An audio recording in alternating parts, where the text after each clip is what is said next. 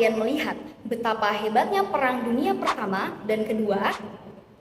Apakah kalian tahu bagaimana asal mula terjadinya perang antara negara? Perkenalkan, nama saya Afifah Dwi Indrani dengan NIM akhir 016 akan mencoba membahas bagaimana asal mula perang dari buku Kenneth Waltz yang berjudul The Origins of War in Neo-Realist Theory. Para pelajar politik internasional biasanya mengkaji penyebab konflik dan perdamaian antar negara dengan mempertimbangkan karakteristik seperti bentuk pemerintahan, sistem ekonomi, ideologi, ataupun politik dari negara-negara yang terlibat untuk memahami mengapa perang bisa terjadi. Walaupun ada faktor-faktor spesifik, terkadang perang tetap terjadi walaupun negara memiliki karakteristik yang berbeda.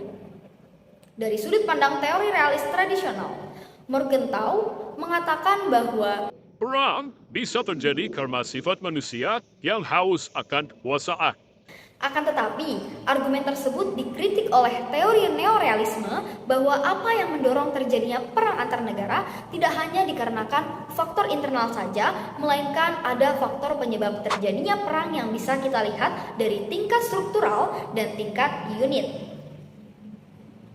Yang pertama, pada tingkat struktural, sistem internasional yaitu anarki memainkan peran penting dalam mempengaruhi perilaku negara untuk berperang. Dalam anarki ini, negara harus mampu menjamin keamanan nasionalnya sendiri karena tidak ada otoritas tertinggi yang mampu mengatur perilaku negara. Dikarenakan struktur internasional yang bersifat anarki, membuat negara harus menjaga keamanan mereka sendiri sehingga negara-negara selalu mencari cara untuk meningkatkan keamanan mereka seperti membangun persenjataan sampai membentuk aliansi dengan negara lainnya. Namun, situasi ini justru malah membuat tegang dan berpotensi memicu konflik, sebab tindakan suatu negara dalam meningkatkan kekuatannya atau keamanannya mampu membuat negara lain merasa terancam atau dilema keamanan. Maka, dalam anarki internasional, seringkali konflik ataupun persaingan sulit untuk dihindarkan, sebab setiap negara pasti berusaha memastikan keamanan dan kepentingan nasional sendiri. Perdamaian dalam hal ini bisa dikatakan rapuh dan membutuhkan perhatian yang besar dari negara-negara utama dalam sistem internasional. Jika ada perkembangan yang bisa mengganggu stabilitas, maka harus ada tanggapan yang cermat dari negara-negara guna mencegah konflik yang dapat berujung pada perang atau balance of power.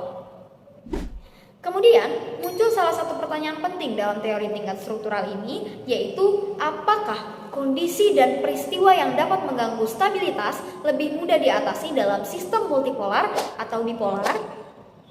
Baik, di sini saya akan coba jabarkan keduanya. Pertama, sistem multipolar. Dalam sistem multipolar, terdapat banyak kekuatan besar yang saling bersaing. Misalnya, Perang Dunia Pertama dan Kedua, di mana banyak negara yang terlibat dalam perang tersebut. Kemudian, dalam sistem ini, negara-negara bebas untuk beralih aliansi, sehingga negara-negara harus berhati-hati ketika memilih sekutu mereka. Strategi kompromi itu biasa digunakan saat beraliansi, karena kepentingan setiap negara anggota belum tentu selalu sama dan berpotensi aliansinya retak. Dalam sistem ini, tanggung jawab untuk menghadapi ancaman menjadi tidak jelas. Dengan banyaknya negara besar dalam sistem multipolar, membuat kepentingan-kepentingan lebih mudah berbenturan, sehingga hal tersebut berpotensi memicu konflik atau perang. Kemudian kesalahan perhitungan dapat menjadi sumber bahaya yang besar karena memicu ketegangan dan konflik antar negara. Hal ini dapat mengancam stabilitas global dan bisa sampai pada perang yang merusak. Kemudian yang kedua, itu ada sistem bipolar. Di sisi lain, dalam sistem bipolar terdapat dua negara yang bersaing dengan kekuatan yang seimbang.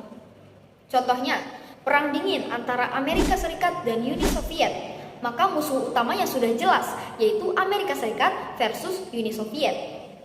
Sehingga negara lebih fleksibel dalam menentukan strategi mereka, sebab tidak perlu khawatir akan kepentingan sekutunya. Kemudian, ketika ada tindakan dari satu negara besar, maka akan mendapat respon yang cepat dari negara besar satunya sebagai bentuk balance of power. Sehingga dari hal tersebut itu membuat situasi lebih stabil karena kedua belah pihak berhati-hati untuk menghindari eskalasi. Kemudian, kedua negara biasanya kurang bergantung secara ekonomi satu sama lain, sehingga mengurangi potensi terjadinya perang. Namun, dalam sistem bipolar, reaksi berlebihan sering terjadi dari satu atau kedua negara besar tersebut, yang mampu menjadi sumber bahaya karena dapat menyebabkan pertengkaran yang semakin parah dan memicu konflik yang lebih luas. Sehingga dalam kedua sistem tersebut dapat disimpulkan bahwa kesalahan perhitungan itu dinilai lebih serius karena bisa berpotensi mengubah status quo yang ada dan memicu peristiwa yang membawa dampak jangka panjang.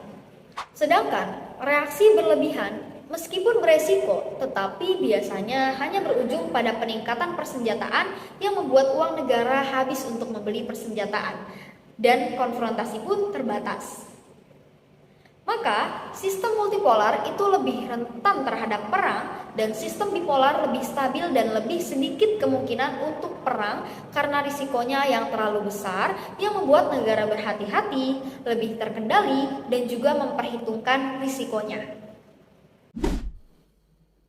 Analisis selanjutnya yaitu pada tingkat unit.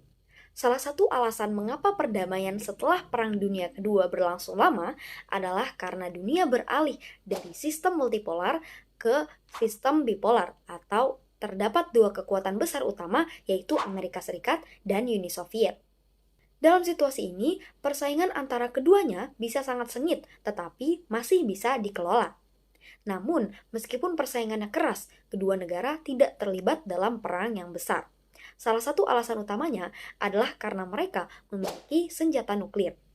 Kedua belah pihak takut akan konsekuensi yang mengerikan jika perang pecah, sehingga mereka cenderung untuk menahan diri dan mencari jalan damai dalam menyelesaikan konflik.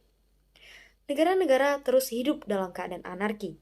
Mereka harus mengandalkan diri mereka sendiri atau yang disebut self-help untuk keamanan mereka. Dan ini menjadi prinsip utama dalam bertindak di tengah ketidakpastian ini. Dalam menilai kemungkinan perdamaian, pertanyaan pertama adalah tentang tujuan negara menggunakan kekuatan serta strategi dan senjata yang mereka gunakan.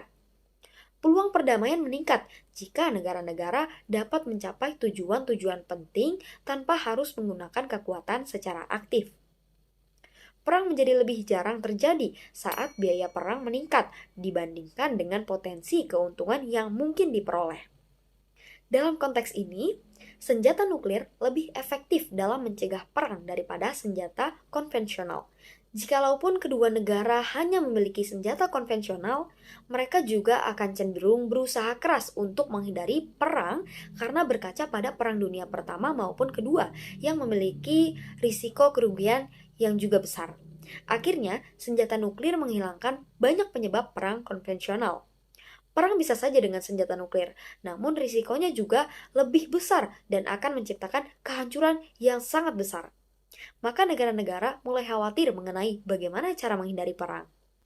Walaupun kemungkinan perang tetap ada, kemungkinan perang nuklir telah berkurang drastis. Dan perang sebenarnya yang dihadapi oleh negara-negara yang memiliki senjata nuklir ini terletak pada persiapan untuk melancarkannya. Lalu dari dunia konvensional, negara-negara mempersenjatai diri mereka secara kompetitif dan bersaing dalam meningkatkan kekuatan mereka. Maka dalam konteks ini, dengan adanya senjata nuklir, perang dingin yang terjadi tidak akan menjadi perang panas. Karena negara-negara dengan senjata nuklir telah terikat pada perdamaian yang tidak nyaman. Sekian review bacaan dari saya, yaitu buku Kenneth Walsh, The Origin of War. Kurang lebihnya mohon maaf. Wassalamualaikum warahmatullahi wabarakatuh.